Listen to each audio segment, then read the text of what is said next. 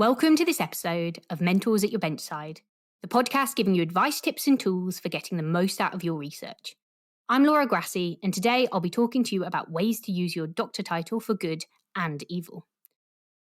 So, you've worked hard in the lab for all those years. You've endured failed experiments, committees, overbearing supervisors, thesis writing, and thesis defending. And for what? Well, who knows? But no matter where your PhD takes you in life, you can always rely on one thing. You can call yourself doctor whenever you want to. And as these 10 ways to use your doctor title show, that can be more useful than you might think. Now, most people I know who have a PhD do not call themselves doctor routinely, instead leaving that to the guys who have the skills to save your life with a tracheotomy. But used sparingly, your doctor title can be fun, rewarding, or downright evil. Here at the BSB office, we've come up with our top 10 ways to use your doctor title to the full.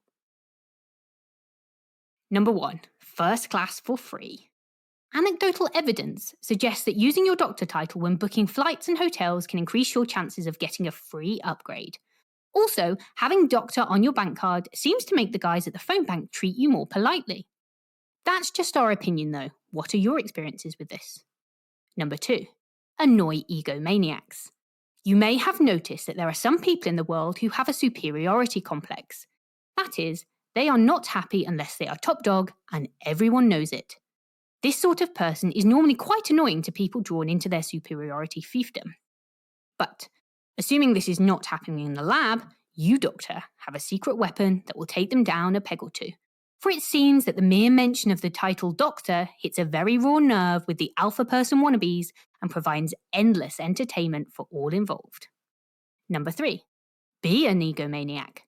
If you are actually one of those alpha person wannabes, you can impress everyone around you by using grandiose taglines to describe yourself, just like that real egomaniac non-medical doctor, Doctor Who.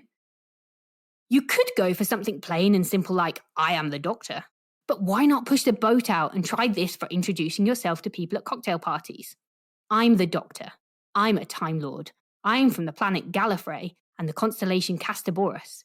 I'm 903 years old and I'm the man who's going to save your lives and all 6 billion people on the planet below. Demand the respect you deserve, Doctor. Number 4, impress your relatives. The perennial benefit of having a PhD is that your non-scientist, non-medical relatives are always impressed by the fact that you could call yourself doctor if you really wanted to.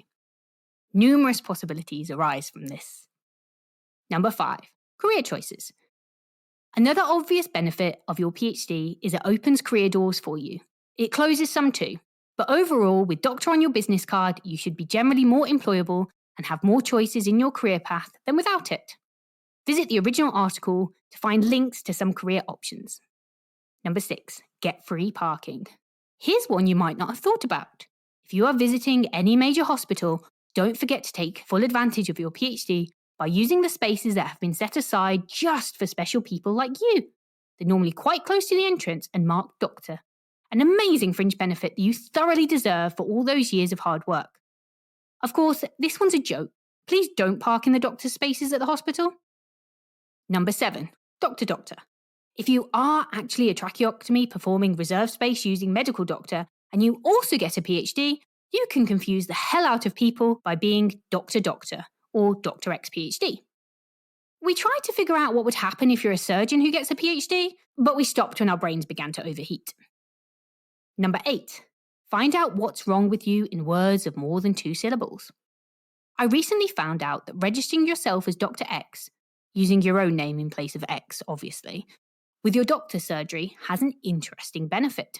That is, if the doctor has to explain something to you, they will tend to be more technical in their explanation of your medical problem.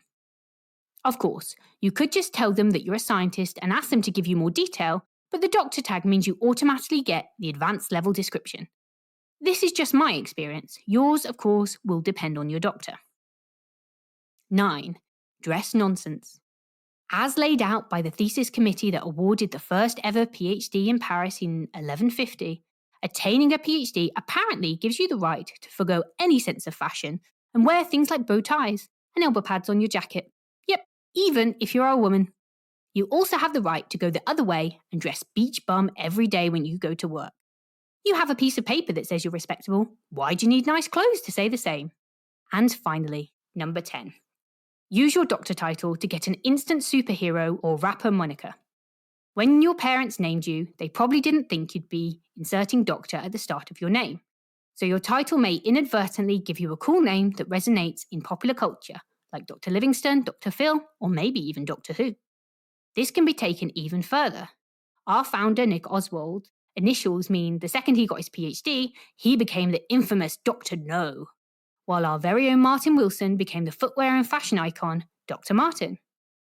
A former colleague, one D. Reuter, became Dr. Dre when the admin people at the company they worked for used the abbreviation DRE for his name in meeting minutes.